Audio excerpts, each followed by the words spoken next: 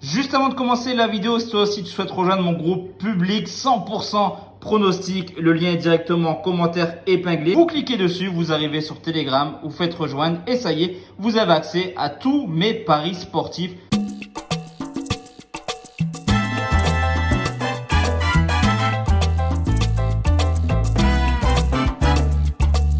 Yo la team, j'espère que vous allez bien, que vous avez passé une très bonne journée. On se retrouve aujourd'hui pour une vidéo un petit peu particulière où on va parler Ligue des Champions. Le but c'est peut-être de faire le même schéma sur la Ligue Europa et la Ligue Europa Conférence. N'hésitez pas à mettre en commentaire si vous aimez ce genre de vidéo. Mais sur ce coup, on va partir sur des prédictions concernant les classements des 8 poules.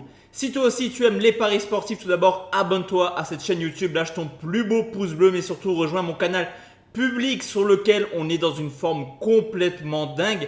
13 saves de suite sur l'espace membre de Parieur Foot. Et sur mon groupe public Telegram, tu retrouveras tous les jours des avis paris sportifs. Donc n'hésite plus, c'est le moment. On va, comme je te l'ai dit, s'attarder un petit peu sur les 8 groupes de Ligue des Champions. Alors sur ce coup, ce ne sont pas des pronostics, c'est vraiment des prédictions. On attendra un petit peu l'état de forme des équipes et également les blessés, la sélection nationale. Enfin voilà, il y aura pas mal de choses qui vont se mettre en place. Donc on va attendre avant de parler pronostics. Sur ce coup, je vais vous proposer mon classement des 4 poules. Je vous laisse regarder déjà les groupes de Ligue des Champions. La poule A avec le Bayern, Manchester, Copenhague, Galatasaray. La poule B avec le RC Lens, qui est plutôt homogène à mon sens, et forcément entre guillemets le groupe de la mort. On y reviendra dessus quand même. PSG, Dortmund, Milan, Newcastle. Le Barça est plutôt pas mal, City également. Enfin voilà, il y a quand même des clubs qui sont un peu avantagés sur ce tirage au sort. On va essayer de décrypter un petit peu tout ça. N'hésitez pas à mettre en commentaire vos avis sur ce coup. On commence avec la poule A, où en 4ème position, sans aucune surprise, je vais venir placer Copenhague, qui certes participe souvent à la Ligue des Champions, mais qui dans cette poule me semble vraiment l'équipe la plus faible, voire l'équipe la plus faible de la Ligue des Champions, avec les Young Boys de Berne. Donc 4ème, on va mettre Copenhague. En 3ème position, j'ai beaucoup hésité forcément entre Manchester United et Galatasaray, mais je me dis que malgré un effectif plutôt séduisant, il y a quelque chose qui doit se mettre en place du côté de Galatasaray, pour qui une 3ème place ne serait pas une mauvaise performance entre guillemets. Et je me dis également que Galatasaray est capable de perdre des points contre Copenhague. On l'a vu un petit peu contre Molde, c'était pas forcément excitant on va dire. Mais en tout cas, je vais mettre en 3ème Galatasaray. En 2ème, on va mettre tout simplement Manchester United, pour la simple et bonne raison que à mon sens, le Bayern Munich est beaucoup trop fort et devrait logiquement terminer premier. C'est vrai que depuis l'arrivée d'Harry Kane, le Bayern a levé un petit peu son niveau de jeu et sera plus performant que l'an passé. Donc sur ce coup, je vois le Bayern premier. La poule B, la poule du RC Lens avec Séville, Arsenal, le PSV Eindhoven et le RC Lens. Et malgré le fait d'être français, malheureusement, je vois quand même les Lensois terminer 4ème. C'est vrai que le Lens de l'an passé aurait pu peut-être aller chercher une 2ème place, mais sur ce coup, le RC Lens de ce début de saison n'est pas extraordinaire et je me dis que je vois mal aller chercher mieux qu'une 4ème place. En 3ème position, je vais mettre le FC Séville. On le sait, Séville, c'est le roi de l'Europa League. Comme d'habitude, ils iront en Europa League et comme d'habitude, ils iront très loin dans la compétition. Alors, il faudra faire attention parce que Lens pourrait peut-être embêter Séville, mais en tout cas, ce qui est sûr, c'est que je vois pas Lens dans le top 2. En 2ème position, je vais mettre le PSV Eindhoven qui est déjà en forme en ce début de saison, mais qui me semble, un petit peu comme Manchester par rapport au Bayern, un cran en dessous d'Arsenal, extrêmement fort. Mais je me dis qu'Arsenal a une poule plutôt évidente, on va dire, ils auraient pu tomber sur beaucoup plus fort. Donc je vais mettre Arsenal en première position. Place à la poule C, qui est à mon sens une poule extrêmement homogène. Naples, Real Madrid, pour certains, c'est fils de grands favoris, mais attention, ce Braga a fait un recrutement très séduisant. Et l'Union Berlin, c'est une équipe qui monte clairement année après année. Donc sur ce coup, on pourrait peut-être avoir une surprise. En 4ème place, je vais quand même mettre Braga et ça m'embête de mettre Braga là parce que le recrutement il est extrêmement cohérent. L'équipe elle joue, mais je te l'ai dit, la poule elle est très compliquée. Vraiment, je la vois très très compliquée cette poule. Même le Real ne s'imposera pas à toutes les rencontres, c'est une certitude.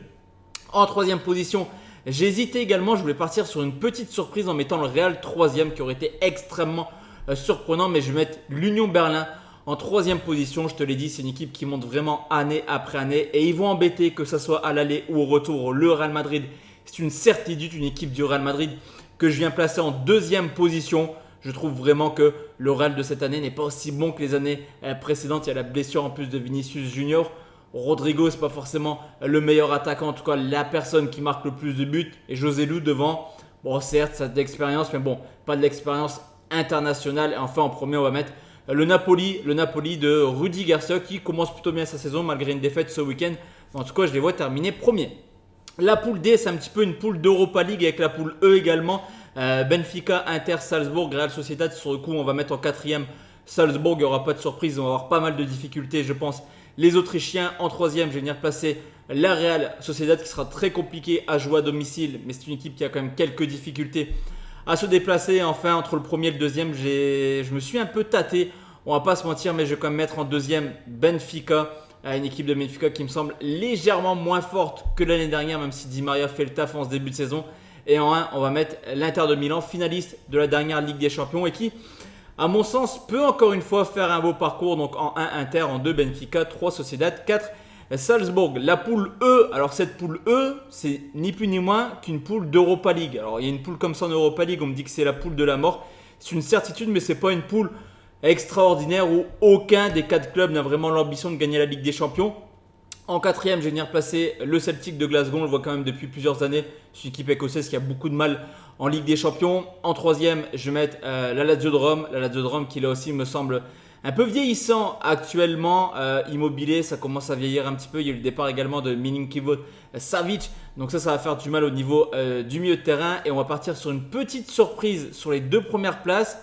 L'Atlético Madrid qui s'est fait sortir l'an passé en phase de poule terminera à mon sens deuxième parce qu'il n'y a aucun renouvellement et on commence un petit peu à le sentir du côté espagnol. Et en 1, je vais mettre le Feyenoord de Rotterdam qui a été champion des Pays-Bas, qui fait généralement des belles campagnes européennes et je me dis que sur ce coup, ils peuvent aller chercher la première place. On enchaîne avec la poule F, comme on le dit, la poule de la mort. Mais attention, ça reste des équipes qui n'ont jamais remporté de Ligue des Champions sur les 10 dernières années. Donc ce n'est pas non plus des cadors entre guillemets européens. PSG, Dortmund, Milan, Newcastle, forcément pour le PSG c'est quand même une poule assez compliquée, mais je me dis également qu'il fallait ça peut-être pour les Parisiens pour ne pas être dans le confort des phases de poule comme les années précédentes et directement de rentrer dans la Ligue des Champions. Sur ce coup, en quatrième, je vais mettre le Borussia Dortmund qui à mon sens vivra une saison un petit peu compliquée. On le voit en ce moment en Bundesliga, c'est pas la folie pour le Borussia qui aura l'habitude d'encaisser également pas mal de buts et quand on voit l'attaque du Milan et du PSG, attention aux défenseurs de Dortmund.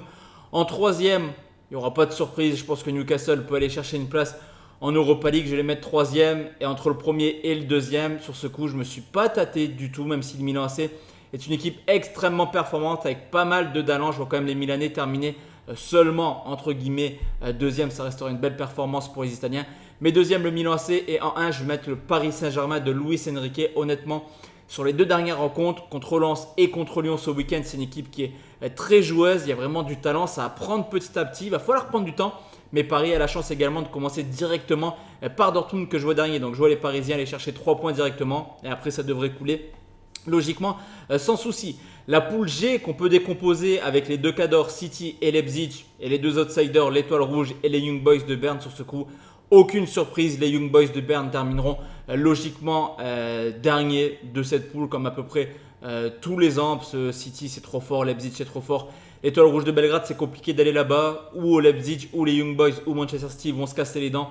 Donc c'est sûr, en troisième je vais venir mettre l'Étoile Rouge de Belgrade qui est comme je te l'ai dit très compliqué à jouer à domicile. Donc je les vois au moins prendre les 3 points contre les Young Boys et après aller accrocher peut-être un Leipzig, voire un City en phase de poule.